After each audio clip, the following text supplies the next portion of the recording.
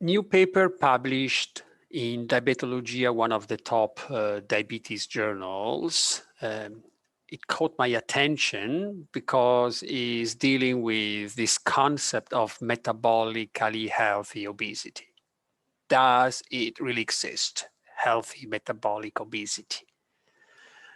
So around 3 to 22% of obese individuals have a normal metabolic profile. Basically, they have normal blood pressure, lipids, inflammation, and high insulin sensitivity. And therefore, they are classified as metabolically healthy obese individuals.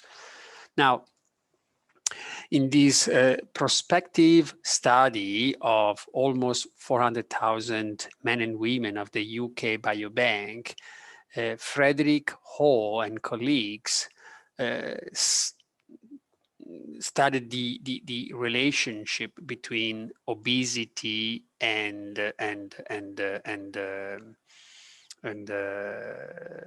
metabolic health and the risk of developing chronic diseases. As you can see here, people who are metabolically healthy, normal weight, that is the reference group, as you can see here, have the relative risk of 1, so basically 0. People who are obese, even if metabolically healthy, they have a 4 times higher risk of developing type 2 diabetes, similar to those who are normal weight, but metabolically unhealthy. And those that are obese and metabolically unhealthy, they have the higher risk, 12, almost 13 times higher risk of developing type 2 diabetes. Similarly, we see, that for coronary disease, myocardial infarction, stroke, COPD, those who are obese, even if metabolically healthy, they have a 20 to 30% higher risk of developing this disease. And in particular, for heart failure, the risk is even higher in metabolically healthy obese compared to metabolically unhealthy normal weight. So in summary, the conclusion of this epidemiological study is that people who are metabolically healthy obese have a substantial higher risk of diabetes, coronary heart disease, heart failure, respiratory disease, and all-cause mortality compared to people who are normal weight and metabolically healthy.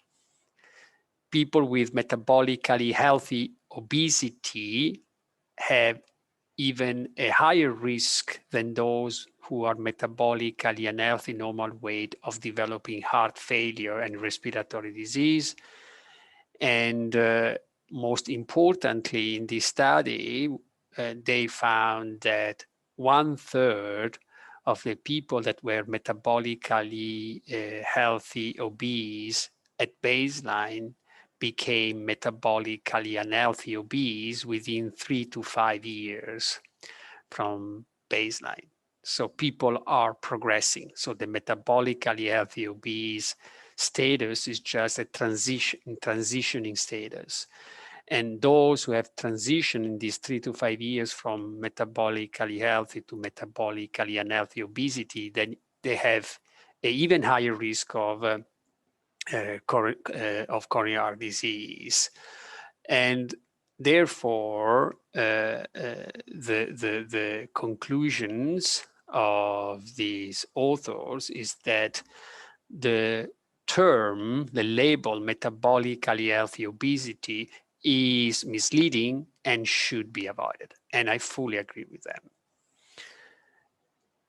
Remember that BMI, body mass index, is a index that is good for epidemiological studies, but on an individual basis, it's a kind of weak index of adiposity. In this study that we have published in BMJ in 2016 with Frank Hu, as you can see here, we stratified people based on BMI and on healthy lifestyle factors. And clearly those that have unhealthy lifestyle factors, so they are sedentary, eating unhealthy Western diets, smoking and drinking, they have a high mortality risk, and independent of BMI, those with a BMI less than 22.5 have the same mortality risk than those who are obese. In contrast, all of them, as the number of healthy lifestyle factors increased, they had a reduction in mortality, even the obese, as you can see here, 0 healthy lifestyle factor, 1, 2, 3, or 4, the mortality risk decreased. And in those who had a BMI between 18.5 and 22.5 and were healthy, the mortality risk is 60% lower than the comparison group. So again, keep in mind that BMI is a very crude measurement that is good for big, large epidemiological studies. And weight gain during adulthood is a much more sophisticated marker. So it's better to monitor how many kilos you have gained since you were 20 years old. And if you gain more than 5 kilos, according to these studies, even 2.5 kilos, your risk is it's increasing linearly in both men and women. And for each 5 kilograms of weight gain, the risk of type 2 diabetes, hypertension, cardiovascular disease, some obesity-related cancer, gallbladder disease, osteoarthritis, and mortality are all increased, and healthy aging is drastically reduced for each 5 kilos weight gain. Remember that. And again, like in this example, you can have someone like a student, like a college student, that when she's 20 years old, she's 55 kilos and has a BMI of 19, she can gain 6 kilos in 5 years, 6 years, and her BMI is still 21.1. If she gains 12 kilos, her BMI is 23.2, so well within the normal range. And if she gains basically almost 18 kilos, her BMI is borderline abnormal, so slightly overweight, 26.6. She has to gain 21 kilos before her BMI gets to 30.1. So monitoring weight gain independently of BMI and monitoring weight loss with exercise and healthy nutrition is much more important than classify people in obese, healthy obese, unhealthy obese, normal weight, healthy, unhealthy.